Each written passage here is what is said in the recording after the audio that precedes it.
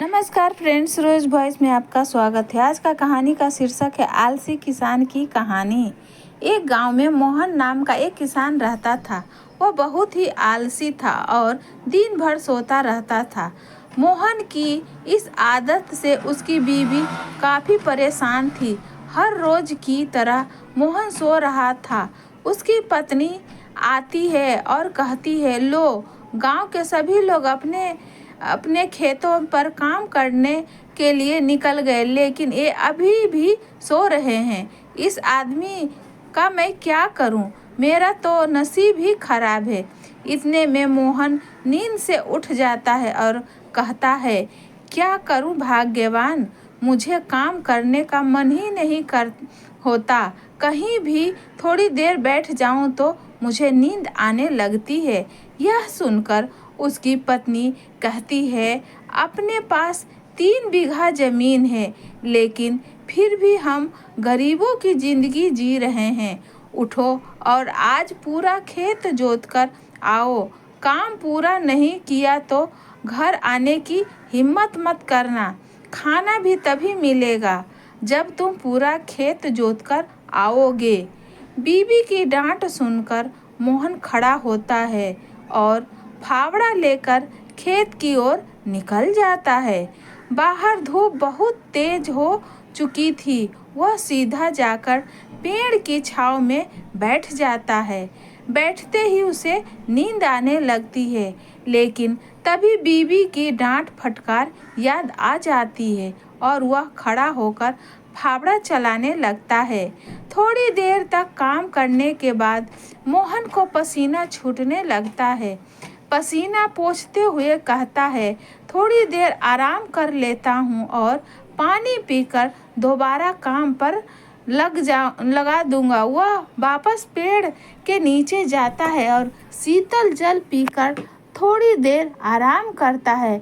आराम करते करते उसे नींद आ जाती है और कब शाम हो जाती है उसे पता ही नहीं चलता। जब मोहन की नींद खुलती है तो उसके सामने एक बूढ़ी औरत खड़ी होती है। वह कहती है, बेटा, अगर 2 बूंद पानी हो तो मुझे पिला दो, मुझे बहुत तेज प्यास लगी है। हाँ हाँ माँ जी, मेरे पास पानी है, लो पी लो। मोहन उन्हें पानी पिलाता है। पानी पीकर वह महिला कहती है, बेटा, क्या तुम्हारे पास कुछ खाने को मिलेगा? बहुत तेज भूख भी लगी है। लेकिन माँ जी, मेरे पास तो खाने के लिए कुछ भी नहीं है।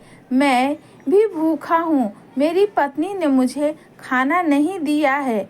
उसने मुझसे कहा है कि अगर मैंने इस खेत को पूरा नहीं जोता तो मुझे खाना भी नहीं मिलेगा। मैंने बहुत देर तक काम किया, लेकिन पूरा खेत नहीं जोत पाया। मुझे काम करने का मन ही नहीं होता। जहाँ कहीं भी बैठता हूँ मुझे तुरंत नींद आ जाती है। तभी वह बूढ़ी महिला एक अप्सरा का रूप धारण करती है।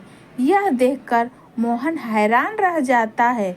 बेटा, तुम आलसी हो, इसमें तुम्हारी कोई दोष नहीं है, लेकिन शायद तुम्हें नहीं पता, इस खेत में तुम बहुत सारा सोना उगा सकते हो, जिससे तुम्हारा आने वाला समय काफ़ी सुख और शांति से व्यतीत हो सकता है।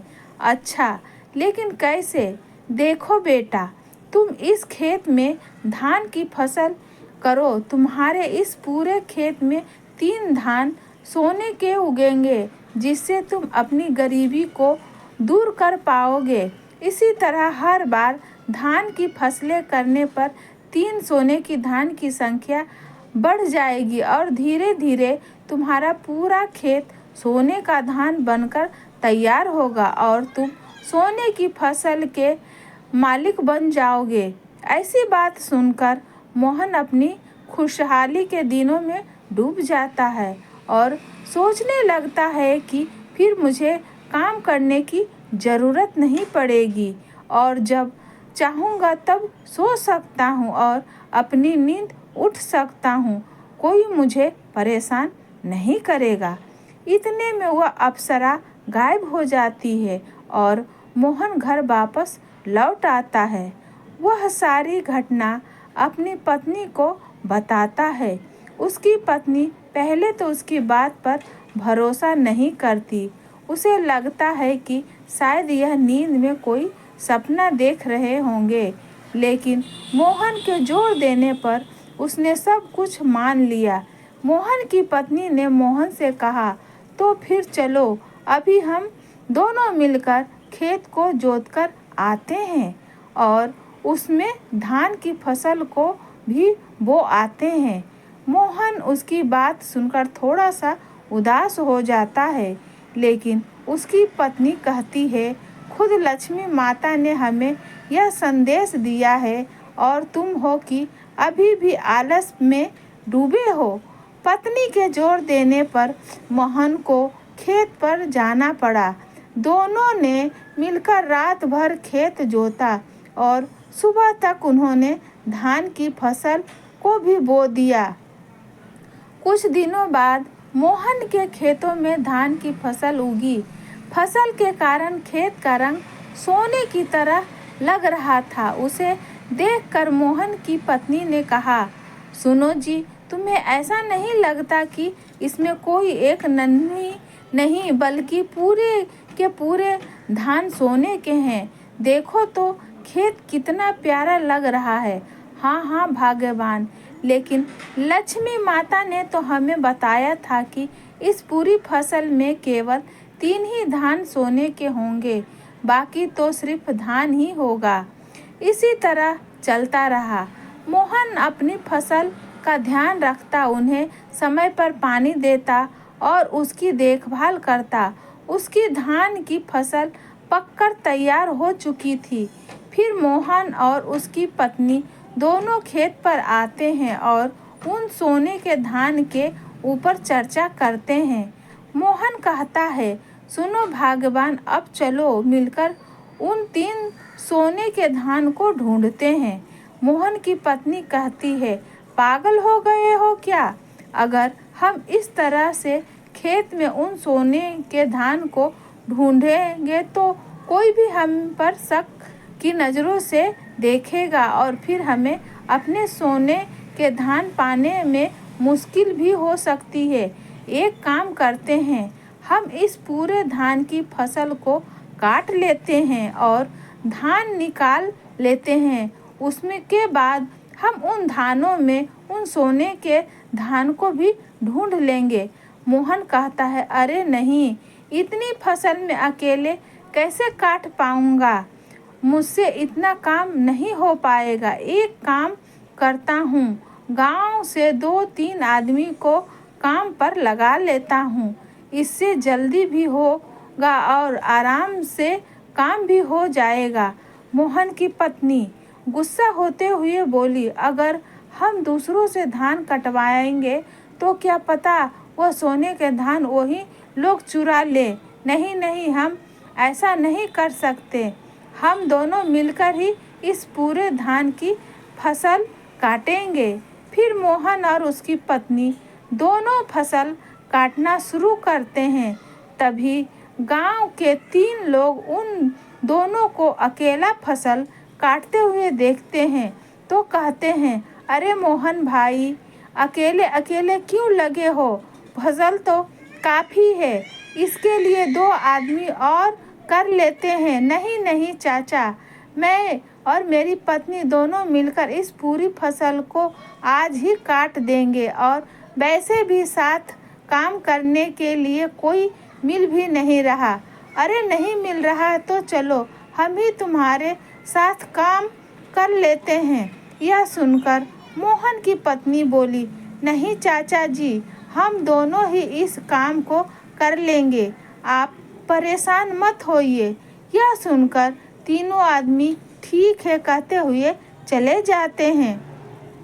मोहन की पत्नी कहती है, अच्छा हुआ जो ये लोग चले गए, वरना सोना हमारे हाथ नहीं लग पाता। मोहन और उसकी पत्नी दोनों धान की पूरी फसल काटते हैं और घर ले जाते हैं। वे दोनों मिलकर धान और भूसे को अलग करते हैं और फिर उनमें सोने ढूंढते हैं। काफ़ी कोशिश करने के बाद भी सोना नहीं मिलता। इस पर मोहन और उसकी पत्नी उदास हो जाते हैं और मोहन की पत्नी मोहन से कहती है, सुनो जी, सोना तो नहीं है, अब क्या करें। हाँ भगवान, सोना तो है ही नहीं, इसमें एक काम करो तो इस धान को जमींदार को बेच आओ, वैसे भी हम इस धान क्या करेंगे। मोहन उस पूरे धान को जमींदार के पास लेकर जाता है। जमींदार मोहन की फसल देखकर काफ़ी खुश होता है क्योंकि उसका पूरा धान सोने की तरह चमक रहा था। इस पर जमींदार खुश होकर उस धान के बदले मोहन को बहुत सारे पैसे देता है, जिसकी मोहन ने कभी कल्पना ही नहीं की थी। इसके अलावा जमींदार अगली बार के फसल के पैसे मोहन को पहले से ही दे देता है ताकि अगली फसल भी वो खरीद सके। अब मोहन के पास काफ़ी पैसे थे। वह उन पैसे को लेकर घर वापस आता है और अपनी पत्नी को देता है। मोहन कहता है, सुनो भाग्य, सोना नहीं मिला तो क्या देख रही हो ना, इतने पैसे पहले कभी नहीं थे हमारे पास। हाँ हाँ, सही कहा आपने, मुझे तो यकीन ही नहीं हो रहा है इतने सारे पैसे एक साथ देखकर। सुनो, जिस देवी ने आपको दर्शन दिए हैं उन्होंने हमें सोना देने को कहा था, लेकिन उन सोने से हम इतना भी पैसा नहीं कमा सकते थे जितना कि हमने अपनी फसल को बेचकर कमाया है। अगर हम हर साल इसी तरह फसल करेंगे तो हमारे पास काफ़ी पैसा होगा जिससे हम अपनी आने वाली ज़िंदगी को अच्छी से व्यतीत कर पाएंगे। हम देवी की बात को समझ ही नहीं पाए। उनका असली मतलब तो यही था कि तुम्हारी फसल किसी सोने से कम नहीं है।